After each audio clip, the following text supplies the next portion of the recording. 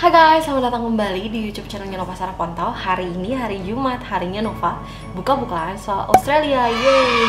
I'm super excited today karena hari ini aku akan belak-belakan ngomongin tentang pengalaman kerja aku di Australia.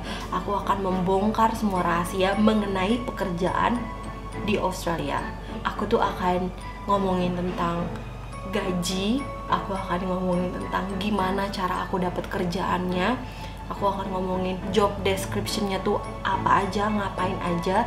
Aku juga akan ngomongin tentang pengalaman apa sih yang nggak bisa aku lupain kerja di tempat A, tempat B, tempat C, tempat Z. Terus enaknya tuh apa aja sih kerja di tempat-tempat tersebut. Oke, sedikit cerita tentang background aku. Aku kan di Sydney, Australia tuh udah hampir 3 tahun. Dan selama hampir 3 tahun ini aku lumayan pindah-pindah tempat kerja. Sebenarnya juga gini sih, kayak karena biasanya pada saat yang bersamaan itu aku punya lebih dari satu kerjaan, biasanya kayak 2 atau 3 kerjaan. Jadi kalau dihitung-hitung sampai sekarang kayaknya sih aku udah punya lebih dari 10 kerjaan selama hampir 3 tahun di Australia. Dan ya, aku kepikiran banget untuk sharing ke kalian biar kalian bisa dapet gambaran gitu kerjaan di Australia tuh ngapain aja, gajinya. Oke, tanpa basa-basi lagi, mari kita let's go. Yang pertama yang mau aku bahas itu tentang gimana aku dapet kerjanya.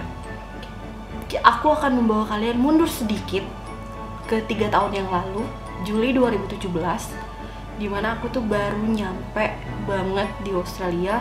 Aku nggak punya sanak saudara, temen-temen deket aku, keluarga aku semuanya itu di Indonesia. Dan aku itu cuma punya satu kenalan doang di Sydney. Dia itu temen SMA aku dan dia tuh luar biasa baik banget. Karena tanpa dia aku nggak akan dapet kerjaan ini dan kerjaan selanjutnya gitu yang akan aku ceritain nanti. Singkat cerita, si temen SMA aku ini namanya Rizky Evashari. Makasih ya Kiki bantuannya. Jadi si Kiki ini, dia itu sebelum aku nyampe Australia, dia itu udah survei tempat tinggal buat aku. Dia juga yang bantuin nge-DP buat tempat tinggal yang aku tempatin. Terus dia juga make sure kalau aku itu tinggal sama orang-orang Indonesia, satu apartemen sama orang-orang Indonesia. Karena apa? Karena Kiki ini kan udah tinggal di Australia tuh udah lama banget gitu. Dan dia pasti tahu akan lebih mudah untuk berkomunikasi, bersosialisasi biar nggak terlalu culture shock banget gitu loh. Dan yaudah, aku tuh nyampe nih ke apartemen aku dijemput juga sama Kiki. Astaga, baik banget ya nggak sih? Aku bersyukur banget aku dikelilingi sama orang-orang yang baik. Terus udah nih, aku nyampe di situ dan itu anak-anak Indonesia semua yang tinggal di apartemen itu. Balik lagi ke omongan ya, gimana sih aku dapet kerjaan pertama aku itu dari temen sekamar aku, alias housemate, flatmate, temen seapartemen, temen kosan, you name it. Ya aku dapet dari dia. Jadi dia ini yang merekomendasikan aku ke bosnya dia. Karena gini teman-teman, sekilas info ya, di Australia itu sulit untuk mendapatkan kerjaan kalau kamu itu nggak punya background kerja di Aussie sama sekali gitu. Jadi kayak mereka pemilik bisnis, pemilik usaha, pemilik kafe, pemilik restoran, atau manajer kafe, manajer hotel, mereka pasti akan menunjukkan mata mereka itu ke orang-orang yang emang udah punya pengalaman kerja di Australia gitu.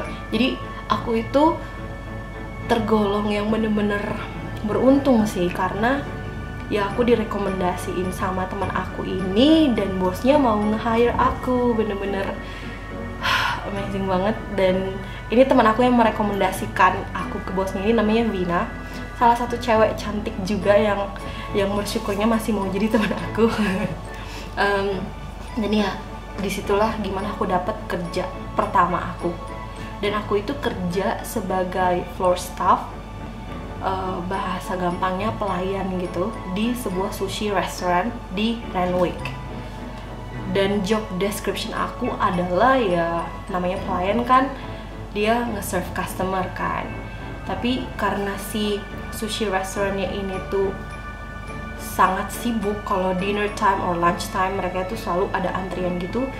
sebagai staff kita harus make sure kalau ya siapapun yang ngantri pertama ya mereka yang dapat tempat pertama gitu. Terus job desk aku itu selain serving customer, taking order, terus bersih-bersih kalau mereka udah kelar makan, hitung bill, kalau misalnya kita udah closingan gitu ya beres bersih-bersih lah gitu. Dan nggak boleh lupa juga aku harus ngasih tap water ke setiap customer yang baru datang, karena sekilas info lagi nih, karena di Australia itu tap water itu kayak air keran. Jadi air keran yang di Australia itu bisa langsung diminum dan gratis gitu. Dan di setiap cafe, restoran, hotel manapun itu wajib ngasih tap water ke customernya. Mau customer yang minta atau enggak ya disediain aja gitu. Terus aku mau ngasih gambaran juga tempat kerja aku tuh gimana, karena ini akan berkesinambungan dengan poin selanjutnya. Jadi kan letter U gini kan tempat kerja aku tuh.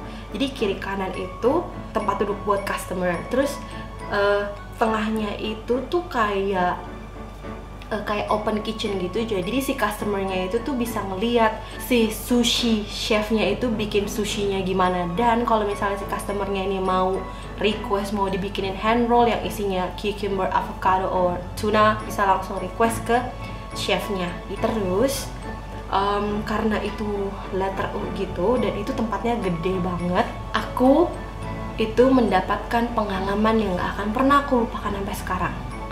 Karena apa? Namanya letter U, itu tempatnya gede dan aku itu sama staff-staff yang lain, sama teman-teman aku itu suka banget kayak lari-lari kecil gitu. Karena sekilas info lagi nih teman-teman, kita itu di Australia itu karena kita digajinya per jam, jadi bos kalian, manajer kalian itu mengharapkan kalau kalian itu harus kerja gesit gitu, gesit, cepet, selalu senyum. Pokoknya ya karena kalian digaji per jam gitu, bukan per bulan hitungannya. Jadi ya kalian harus bener-bener ngasih yang terbaik gitu buat bos kalian, buat usaha ini gitu, buat kerjaan kalian. Oke. Jadi aku tuh karena aku mau cepet gitu kan, dari customer satu ke customer lain, dari meja satu ke meja lain ya. Aku tuh keseringan kayak lari-lari kecil gitu loh, karena kan emang tempatnya luas kan. Dan beberapa kali itu tuh suka kejadian kayak misalnya aku kayak udah mau lari gitu, tapi kayak kaki aku tuh kayak ketinggalan. Atau misalnya pas aku lari tiba-tiba aku kayak harus berhenti gitu, karena misalnya ada orang lewat, ada customer lewat gitu ya, lari-lari kecil gitu. Dan ini yang menyebabkan aku akhirnya dapet sakit lutut di kiri, terus habis itu mulai menjalar ke kanan. Jadi kiri kanan tuh sekarang sakit sampai sekarang udah mau 3 tahun. Ini lutut kiri kanan aku masih suka nyut-nyutan, masih suka sakit. Kalau aku jalan jauh atau kayak berdiri terlalu lama itu pasti akan sakit gitu. Jadi itu salah satu pengalaman yang gak akan pernah bisa aku lupain, karena sakitnya masih berasa sampai sekarang. Dan pengalaman kedua yang nggak pernah bisa aku lupain adalah bos kita ini punya yang namanya mesin cuci buat si sushi platters ini. Ngerti kan? Jadi kayak mesin cuci khusus untuk piring-piring sushi yang kecil-kecil segini gitu. Udah kan, one day mesin itu rusak. Dan yang harus kita lakukan, yang harus aku dan teman-teman aku lakukan adalah ya udahlah kita ganti-gantian nyuci satu-satu gitu. Tapi kita juga diharapkan untuk tetap tanggap gitu. Kalau misalnya ada customer kita juga harus tanggap, dan kita harus cepet juga nyucinya. Dan itu banyak banget, itu nggak cuma 10, 20, 30, tapi kayak ratusan kali ada. Itu bener-bener pengalaman yang fun, capek juga, tapi ya itu yang bener-bener nggak akan bisa aku lupakan. Next, aku akan ngomongin tentang enak nggak sih Nov kerja di sana. Kalau nggak enaknya apa? Menurut aku tuh enak karena pas aku break time gitu, aku dapat break time 30 menit. Tapi biasanya di tempat-tempat kerja yang aku yang lain juga biasanya 30 menit break time-nya, dan aku tuh dapat makan gratis. Jadi aku nggak perlu ngeluarin uang lagi buat makanan. Terus kalau aku udah closing time gitu kan, itu tuh semua staffnya itu boleh nggak bawa pulang sushi yang nggak laku kejual, karena kan sushinya itu kan harus fresh every day, right? Jadi harusnya kan dibuang, tapi daripada dibuang ya kan, mendingan kita bawa pulang buat temen-temen di rumah ya kayak gitu. Jadi aku tuh udah nyobain hampir seluruh jenis varian sushi yang ada di sushi restaurant itu, dan semuanya tuh enak-enak. Dan me personally think that sushi yang ada di tempat aku kerja ini, sushi ini tuh lebih enak dibanding sushi yang ada di Indonesia yang terkenal itu loh. Aku mau menyebut merek kan karena aku kerja di tempat ini ya. Well, aku juga udah resign, tapi kayak enak deh pokoknya sushinya. Next, aku akan ngomongin tentang gaji. Jadi, aku itu digajinya $14 per jam. Kalau dirupiahin kira-kira kayak 140.000 sejam. Untuk ukuran orang yang baru pertama kali nginjekin kaki di Sydney dan nggak punya background kerja sama sekali di Sydney, itu tuh aku dapat $14 itu, menurut aku itu juga salah satu keberuntungan aku gitu. Dan aku itu kan dibayarnya cash in hand, jadi $14 itu tanpa potongan pajak, $14 itu yang aku terima bersih.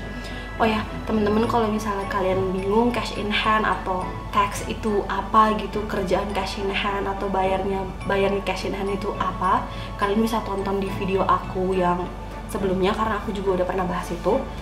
Dan ya, balik lagi ke gaji, itu aku digaji 140.000 1 jam, dan 1 minggu itu aku bisa dapet, waktu minggu pertama karena namanya aku masih training, jadi aku kayak masih dikasih jamnya dikit kan, jadi kayak aku dapet 2 jutaan gitu 1 minggu pertama. Tapi minggu berikutnya ketika jam aku udah mulai banyak tuh, aku dapet minimal banget kayak 4 juta seminggu gitu.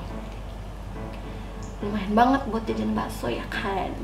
Dan ya, aku rasa sampai sini aja ngomongin tentang kerjaan pertama aku di Sydney, Australia. Semoga kalian suka, dan aku berharap banget semoga ini tuh bermanfaat buat teman-teman yang nonton, biar nanti kalau kalian ada kesempatan ke Australia, khususnya Sydney, kalian tuh udah ada gambaran, udah ada bayangan, oh kerja di sini tuh kerjaannya gini, gajinya tuh segini gitu. Biar kalian nggak bingung gitu, karena jujur aku waktu sebelum aku berangkat ke Australia, aku tuh bener-bener cari informasi tentang kerjaan, tentang gaji, tentang about anything, any information I can get tentang Sydney khususnya. Tapi emang agak susah gitu, makanya aku pengen share hal ini ke kalian.